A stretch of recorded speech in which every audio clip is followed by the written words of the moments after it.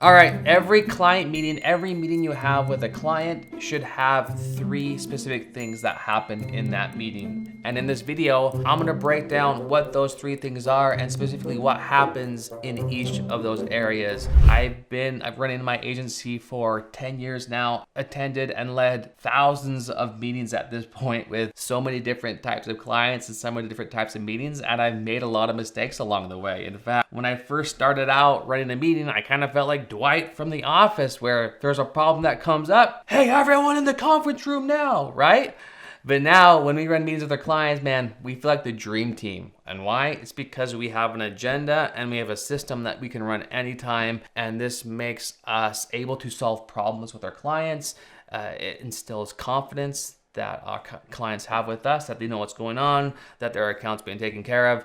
And because we can solve problems, we know what numbers we're tracking, guess what? We can get stuff done. So this is how we break it down. First of all, before you have a meeting with a client, there needs to be a couple things that are taken care of beforehand. One, it needs to be on the calendar and invite sent. Like in our company, if it's not on the calendar, it doesn't exist. And I can guarantee if it's not on your client's calendar, it probably doesn't exist either. So one, make sure that there's a calendar invite created, that those invites are sent out to everybody. And not only that, but lastly, when you get on the meeting, cameras on, right? We do it through Zoom. We have our cameras on. We want to see who we're talking with, and we want other people to see who they're working with. And it's also like when you have a hybrid team and you're not in the office, I think that connection is important. So turn the cameras on. All right.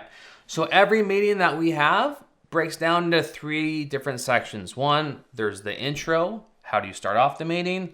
There's like the body of the meeting, and then how you wrap the meeting. And really, it doesn't matter if your meeting's 15 minutes long or 30 minutes long or 45 minutes long or 90 minutes long. It kind of it fits within this body, right? So let's start with the intro. The first thing that you'd want to do with a client or with any meeting, especially with a client, is define success. Hey, on this meeting, we want to accomplish this. So what does success look like? What's the purpose of the meeting? And then once you have the purpose, now the client knows like how to align like what they're planning on. And then you talk about your agenda, and hopefully you've already set your agenda out, or at least you have it written down. But like, what are some bullet points that you need to cover on this meeting? So you set the purpose, so you give the direction, you give the agenda. Hey, we want to cover this, we want to cover this, and then we want to cover this. Now, this is, I think, one of the most important parts of the whole process is then you ask the client, hey, what would be a success for you? Or are there any agenda items you would like to add to this meeting so that we can make sure that we cover that? Because one, now the client knows that you have a process, that you have an agenda, like there's a reason for this, but now you've started to collaborate with them and you've involved them in the meeting where they can sway the direction of what's going to happen in that. And you can co-create the meeting together. So I think it's important to like ask them what's their agenda, what does success look like for them. Okay, and then before you dive into like the body, I like to start off with a win. Hey, what is a win that happened in the account this week? After that, you made the intro. The bulk of your meeting is going to be around the body.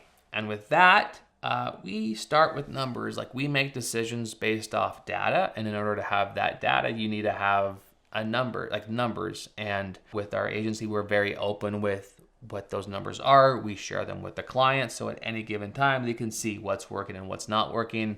It really helps create accountability on both sides. And we share our screen and they can see, hey, these are the numbers that we're seeing. They can see how much we've spent.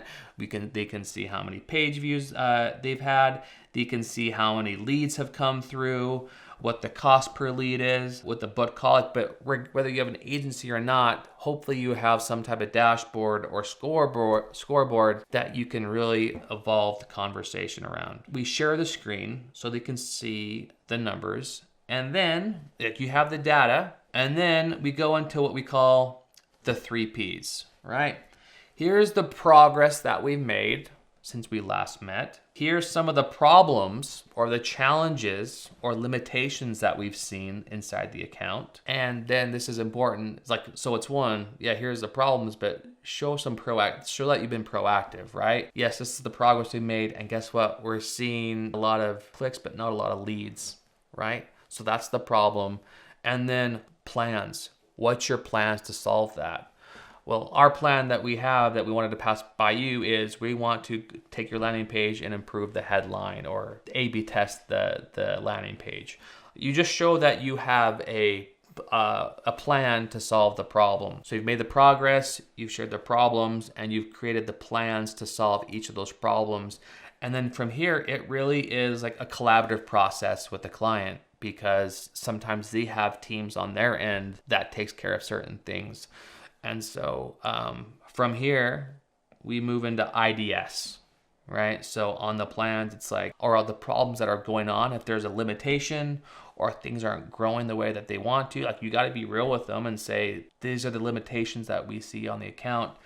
And the IDS stands for identify, discuss, and solve. So of maybe the 3 different issues that are limiting the account, here's the number 1 priority. Here's the one thing that we need to solve. And then you have a discussion. Here's what I think. What do you think? And there's a back and forth discussion, because sometimes we may think we know better than the client, and sometimes the client thinks they know better than us. And sometimes there needs to be a discussion like between both the agency and the client. Hey, how do we best solve this problem? Because I think it's through the back and forth and the collaboration that you'll end up with the best result.